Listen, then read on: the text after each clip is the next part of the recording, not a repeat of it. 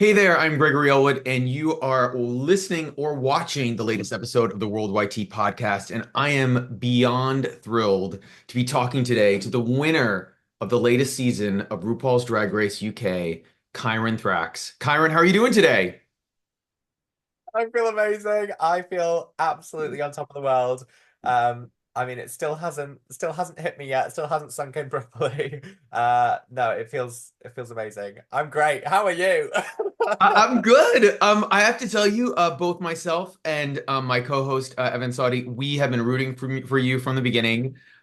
You were our pick, and it might be. And by the way, we've watched every season of UK. On this podcast, we actually cover every single episode of every international season. We actually don't Wow. cover the US ones because everyone podcasts them. So Yeah. we're giving life to you guys, but we know the UK drag scene as much as we can from across the Atlantic. And I wanted to ask you, there's a moment in the show where the queens said to you that they thought you were very American in Yeah. how you were on the show. And do you feel like that's true? Like in Um, hindsight? I feel like, I mean, I came in and I said, I feel like I've got the US polish and the UK grit, in combined with like a weird Kyron brain put on top. Um, I feel like that is true, but also I feel like what they were getting at and what Rue and Michelle were getting at is that I just believe in myself and I have a lot of self-confidence. And I feel like that's something you don't necessarily, it's not a very stereotypical British trait because British people are likely, if you like if you punch somebody, they'll say, I'm sorry. Do you know what I mean? It's like you know, people are so which is it's a wonderful, wonderful trait, but I feel like a lot of even with like comedy and stuff, it's all so self deprecating. Yeah, there's not usually a lot of kind of showboating that goes on in the UK. So when somebody does it, everyone's in shock. Do you remember when you first fell in love with the art of drag? That when you realized I need to do this more than just once for fun? I first fell in love with watching it and being entertained by it when I watched US season six. So this is very, very weirdly full circle for me, being UK season six. But no, I remember, yeah, it was when I first got on stage. It was for a competition in like an East London bar. And I got on stage and people just responded to it well. And it's just that kind of euphoria. Um, and I felt like this is how I want to express myself. This is how I want to live. And yeah, the rest is history, honey. So before you got on the show, if I were to go to the UK, where would I have seen Kyron perform? And were you performing anywhere regularly? Yeah, so before the show, my local place was Heaven, and Clapham Grand. I worked my way up to the big stages, but Mm. I still loved, performing at the smaller stages too, performing in the little basements. I've worked my ass off. I've been any gig that you could think of, I've done it. Any random hen party in the middle of nowhere, performing to a group of like, wildlife or like farm animals. Like I've done it all. And I feel like that's why it's been so amazing because I feel like I've had so many people rooting for me. Um, and that's one of my favorite parts about drag is meeting people and getting to know people. So I'm excited to continue doing it. Well, now that you've won, is there anything that you are dying to do the most? Any place you want to perform or any types of tours or anything that you that is your number one goal now that you've won? I want to do a big US tour, which is in the works. I also want to do a Brazil tour, which is also in the works. Um, but other than that, I want to do as much like I love doing characters. I love like combining Kyron and these like strange inventions and creations, and I want to get the opportunity to do many more of them on stage, on screen. I want to be a part of some big films. Like honestly, the ambitions are sky high, and if there's one thing about me is if I say I'm going to do something, I'm going to do it.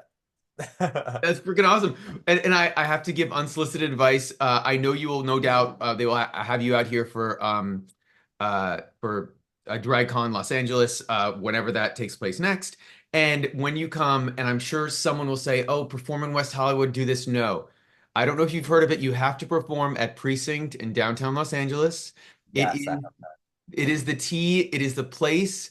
You will hear the precinct roar. I'm telling you, that crowd will love you more than you will be shocked. Trust me. Oh, amazing. Okay, gorgeous. Precinct. I'm already, baby. I'm on the phone now. It's Yeah.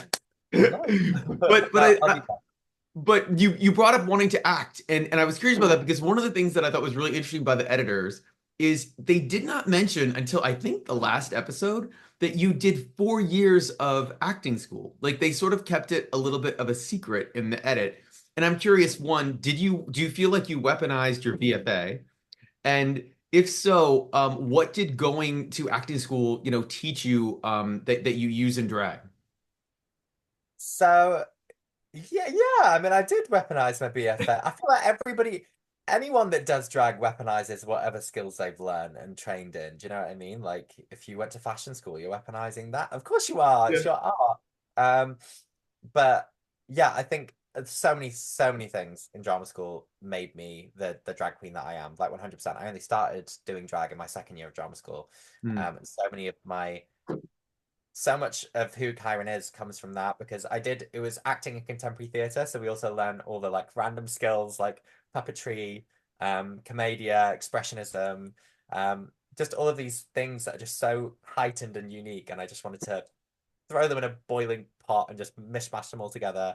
And yeah, I'm so beyond grateful for everything that I learned at drama school. Like honestly, the three most amazing people in my life that taught me the most, like everything about who I am and my art and my drag, is my mum, my drama school director, and RuPaul.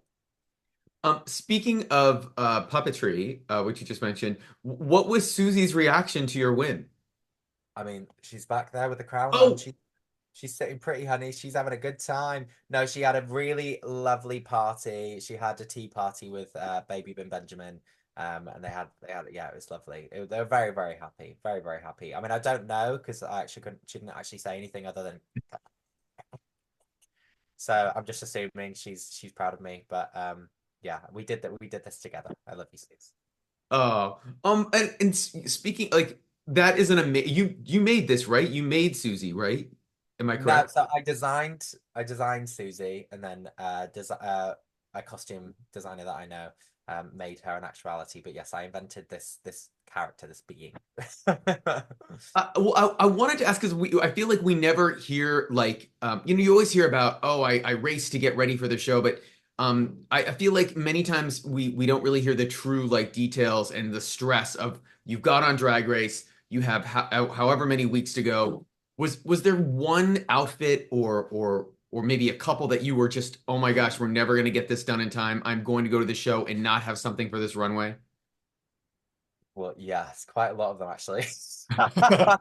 Um, there was a lot of looks that I literally had to get the day before going to film because they were just so intense and so many things that I was doing, like the people that were working on it had never worked on something like that before. Like my family resemblance outfits were like actual two large steel trash cans. Like that wasn't just like a random metal looking material. They were actual trash cans that they were like angle grinding to give it like some shape and some hips and stuff. The TV was like pure like wood that was like made to look like a TV, and like just figuring out all the ins and outs of all of that random stuff. Um, yeah, it was you could tell, I was making all of these designers do things not in their comfort zone. So, they wanted to make it right. So they were taking a lot of time. That's the biggest stress. I believe in myself. I'm so confident in myself. But the biggest stress getting ready for Drag Race was, oh God, now I've got to depend on, my name's not Marmalade, so I'm not going to make my entire package. So like I've got to depend on this whole like team of people all the way across the country and even the world to help get me together for this journey. And I'm so grateful that they all did, and they all did absolutely incredible. And I'm so honored to be able to showcase, our collaboration of work on Drag Race. Yeah, I'm so proud of everyone, all of the Kyran team. I'm so proud. Well, speaking of the garbage can looks, which by the way, we both Evan and I thought you were robbed and you should have won that episode. But the were you afraid you'd show up and production would say, nope, you can't bring these in, they're too big? Like, did you have to clear it beforehand before you even tried to show up at the hotel or wherever they have you guys meet? Yeah, well, you clear everything, but also there is a weight. There's like an allowance, right? Everyone Right. has to bring the same amount of stuff in terms of weight, because otherwise it's, it's not necessarily fair. So the weight limit was a big stress, because I was bringing TVs and that midsummer midsummer look that was like 18 Oh. kilograms itself, steel trash cans, like everything was so heavy, and I was just so stressed that I was going to be over the weight limit. But I was like, you know what, I'm just going to pack everything and hope for the best. And if I need to take anything out while I'm there, I will. Luckily, I was 0.1 kilograms under the weight limit. I like I was like, this is fate, honey. This is fate. Yeah, so yeah, it was stressful. It was stressful. I was literally calling the producers the night before, going, I don't know, I think I'm over the limit. I don't know what to do. And they were like, it's okay, just breathe. We'll wait when you get here. We'll cross that bridge, when it comes to it. I took out all of my boy clothes, so I was wearing the same clothes out of drag for basically the entire season. But needs must. You're not getting judged on your boy clothes. Well, that was my question. The boy clothes too. Anything you're just even bringing to the hotel for what you have to put on the weight, it all counts. Yes, everything that you bring to Drag Race is a part of Oof, your big package. So you're a big package. I, I I did. You just said you were so confident about everything going in, but was there one challenge that you were actually like, I don't know, like maybe I'm not going to be good at the roast, or I'm not going to be great at, doing a green screen challenge. Well, actually, you're an actor. You knew you'd yeah, be fine with that. But was there one in particular that you were like, okay, I'm a little concerned about this one? design challenge 100%. But I walked in one episode one and they said you've got immunity for the next challenge. They didn't tell us what it was. I went home and I wrote in my journal and I wrote over and over again and manifested. I said tomorrow is a design challenge. Tomorrow is a design challenge. Walked in, it was a design challenge, and I went, oh my God, because that was the only thing that I was actually physically really stressed about. And I learned to sew the best I could before I went in there. But that's still not your strong suit. There's people that have been doing it for years. So yeah, I was very stressed about that, but I was, blessed with immunity. Praise the Lord. Praise the Lord. So you did not know how to sew until you got cast on the show. I've been learning. I knew how to use a sewing machine. Okay. Never made like my own outfits and stuff. I just kind of like tailored and like edited or fixed certain things. But yeah, when I got there, when I got the call, I spent a lot of time in that sewing room, through the night trying to, just repeat patterns, make stuff, put stuff together, and like timing myself as well, because you're trying to learn, but you're also trying to make Mhm. sure you don't take too much time to make things because you don't get a huge amount of time. Yeah, yeah, that was it. That was a big point of stress. Um, but yeah, I was okay. I mean, it all worked out in the end.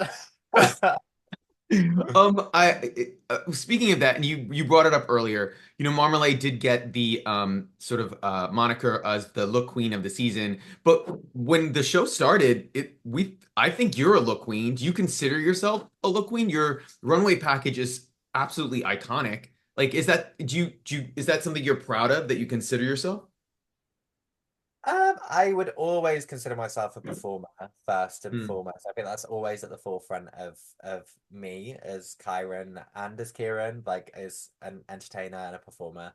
But I do pride myself very much on my aesthetic and having a vision and a concept for everything. Um, I don't want to just wear something because it looks pretty. I want it to have something that means something to me, or Hmm. something that I'm trying to say. So I just kind of went in with that mindset. I knew that my looks were going to be good. Yeah, I did look at Marmalade and go, oh God.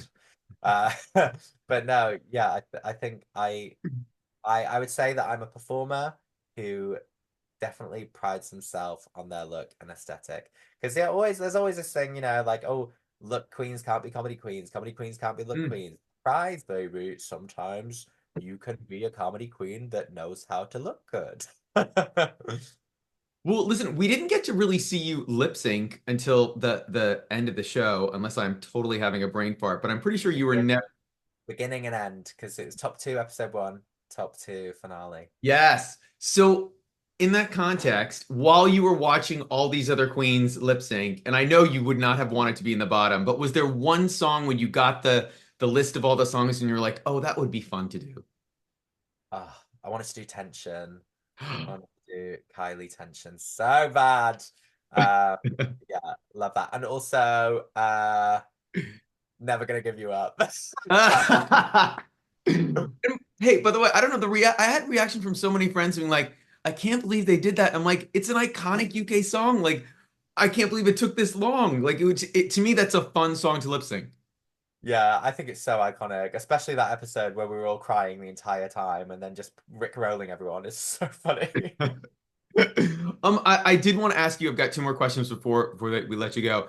Is now that you've won and you are in the pantheon of winners, is there any other winner or reigning queen across the world that you would love to either meet or collaborate with? Miss Velour, Sasha Velour. I love her. I love what she brings to art, what she brings to theatre, what she brings to drag. I'd love to make something with her. So stay tuned. Stay tuned. That would be iconic. And our last question for you is every week on our show, we highlight a queen from around the world that our listeners may not know. They don't have to be on Drag Race. Maybe they are in Drag Race in one of the franchises or not. Is there a local UK queen, not someone you think should be on Drag Race UK or who they can be, it doesn't matter, that you would say, hey, check this queen's Insta out, check out her vids. Like she is someone you need to look at. 100%. My best friend in the whole world, Sophia Stardust. That is at Sophia Stardust. Um, yeah, she helped me so much with getting ready for the show, and she drove me up and down around the entire country picking stuff up. And she is one of the most talented, hardworking, authentic people I've ever met in my entire life, and I cherish and love her so much. So if you don't know her, you're missing out, baby. Listen, Kyran, thank you so much. Congratulations on this win. Enjoy it and enjoy the $25,000 pounds. I know. Oh my gosh, I know it's crazy. I'm rich, honey. I'm rich. Awesome. Thank you so much.